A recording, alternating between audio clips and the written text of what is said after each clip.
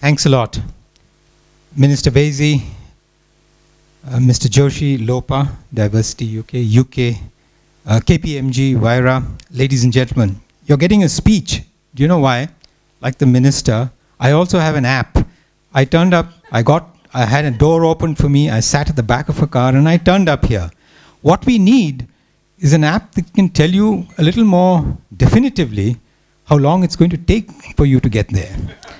Yesterday, I missed out on 2 events because it took me 1 hour, mistake me not, 1 hour to get from Aldwych across the Strand to Trafalgar Square. I gave it half an hour to come today and I arrived here in 10 minutes. So I spent the next 20 minutes sitting in that app writing out a speech for you. Well, I'm delighted to hear of Diversity UK's work and to be in the presence of Minister Vaisi. I think it is very important to project correctly the role of not just expats who come and live in this country, but minority groups who have made this country their home in economic growth, R&D, and the building of global linkages, which are so important for the UK, but may I say, Minister, even more important for India and the other countries who are rapidly emerging. It's amazing to be here in a room where I think the median age is probably 28. And when you talk of apps, I must confess I'm a little lost. When I heard about apps for the first time from my daughters, I asked them, what are they? And they said, you're the pits. And then I finally understood that what they meant was I suffer from a disease called PITS, which is permanently intimidated by technology syndrome. Well, thank you. I can speak only for India, not for the whole of South Asia, leave alone all minorities in this country. But may I say that it is the tech sector and young people who do not suffer from PITS who have driven the modernization of India and the building of self-confidence and the brand India since the 1980s. And Indians here in the UK have done this in this country because they believe in getting ahead. When they see a chance or an opportunity, they take it. They're not griping about the lack of diversity on television. They are making sure they learn how to appear on television. That is, I think, one of the great legacies which, as High Commissioner, I feel very, very proud of the Indian community. But may I just delve a little bit into the history? The sources of the success of our tech sector in India is actually a legacy of Government of India's investments in the institutes of technology, space research, and the liberal policies we followed on allowing highly qualified grads to migrate and to establish themselves in the growth centers of the world, whether in the US, UK, Singapore, and now worldwide. In the Indian tech sector, since the 1990s, has had a transformational effect on our global relations and perceptions of India. Let me just mention one thing, the role of women in the tech sector. You know, in the area of finance, we today have 6 banks, including India's largest bank, the State Bank of India, which is headed by a woman.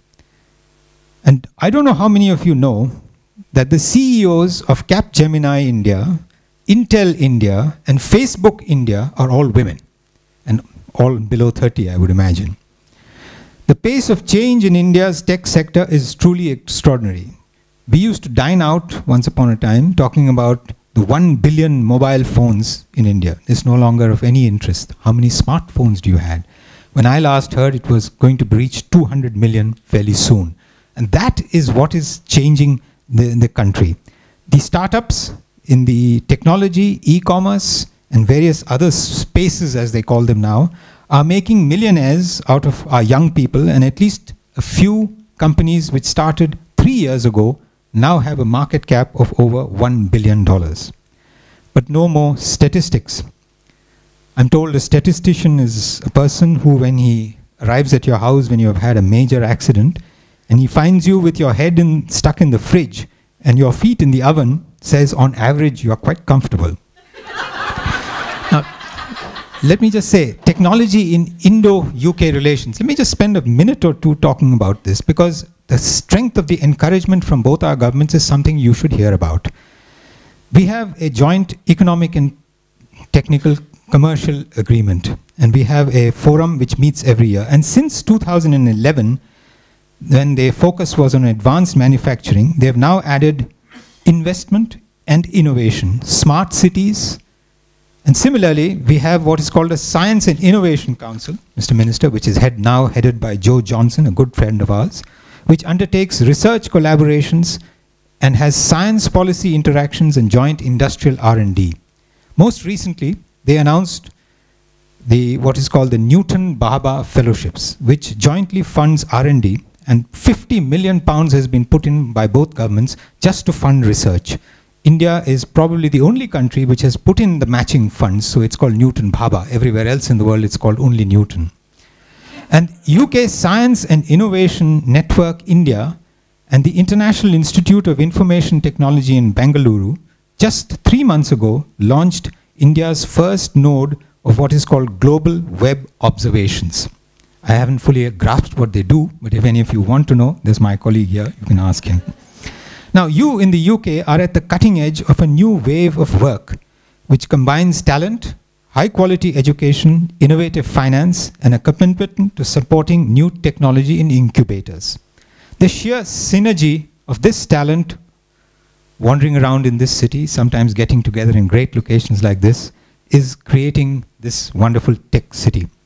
There are entrepreneurs who have asked me, why not a three-way link between the Silicon Valley, the tech city of London, and Bengaluru? And that is why I believe that with Indians present in all these locations, we could forge a new wave of businesses and digital industries of the future. So cheers to all of you. Good wishes to all of UK's young entrepreneurs. I'm delighted to see some of India's great entrepreneurs from the TCS present here. And the minorities who are being recognized today, because I believe you have changed UK's technology and finance world, and you will go on to change the world at large. Thank you.